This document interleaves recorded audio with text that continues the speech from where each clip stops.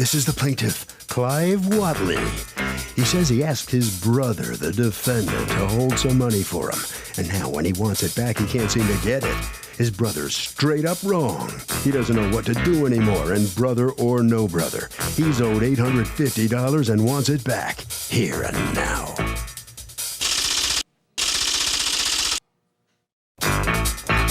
This is the defendant, Jamal Watley. He says the plaintiff asked him to hide some money for him, so he put it in his sister's old family album. He thought it would be a good place since his sister never looks in the album due to some bad childhood memories. Unfortunately, the money's now gone. He has no idea where it went and isn't responsible for it because he told his brother that up front. He's accused of bothering a brother. Thank you, Douglas. You're welcome.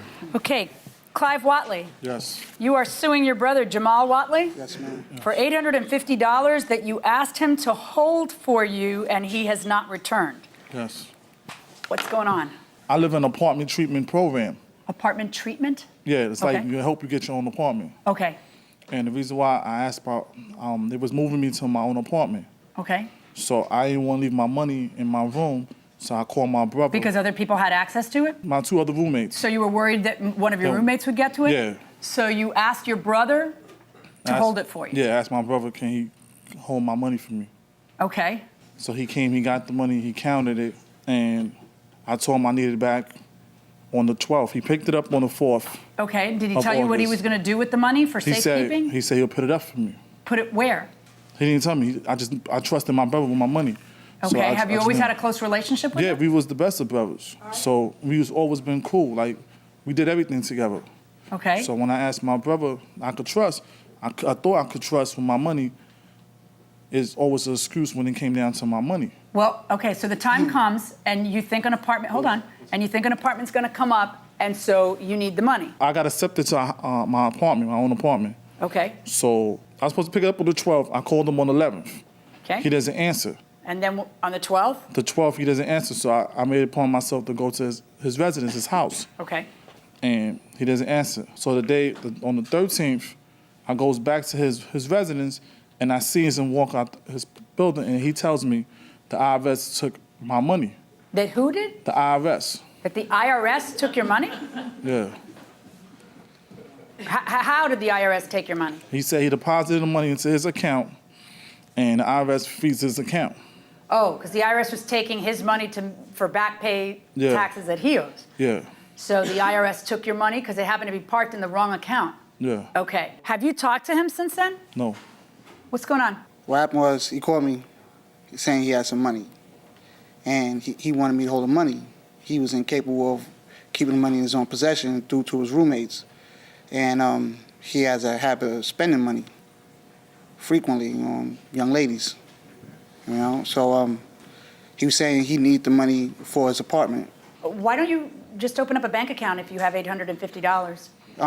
He be What's blowing the money. reason for that? Do you have creditors chasing you? No. What it was, I don't have proper ID. Why don't you get proper ID? I was in the process when I get my apartment to do that. Okay, so he asked you to hold the money. What happened to the money? All right, so the money, I told him I'm gonna put the money in my sister's house.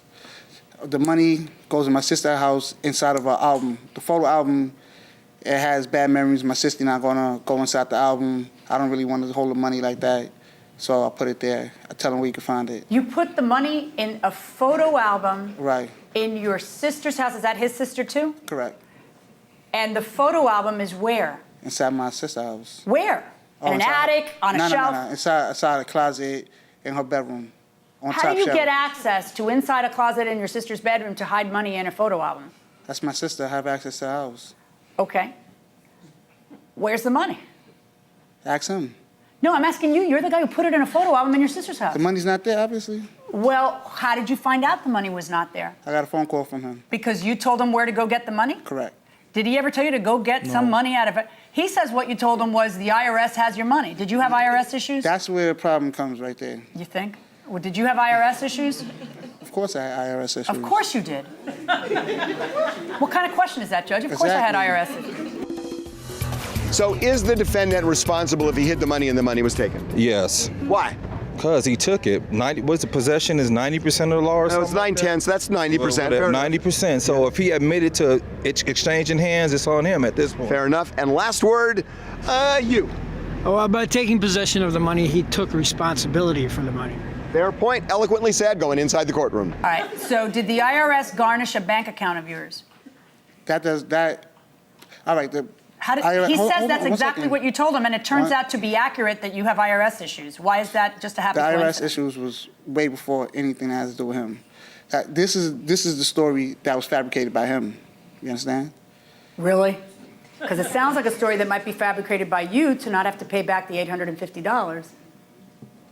Let's assume for a moment that you actually chose to put it in a photo album in your sister's house. If you take upon yourself, which I would never do, to hold somebody's money, don't you have an obligation to put it in a place where it's not going to get stolen? And if it does, who's that on?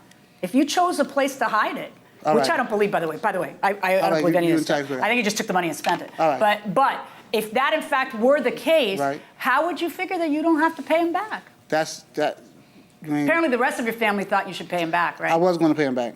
And then what happened? That's when the story started coming out. Why? What happened? About me telling him about the IRS and him coming to my job and threatening me and him calling my pastor, telling him I'm a liar and a thief. Oh. Right. So now here's where I'm at. I tell you, because the money, he told me the money was for his apartment. And he didn't get the money because of whatever happened. He lost his apartment. I'm like, man, you lose your $850 and you lose your apartment. I feel terrible. So now I'm like, dude, I got to help you out somehow. I try to negotiate with this guy a payment plan. The guy says, no payment plan. That is not good enough. All he knows, he wants $850. Okay.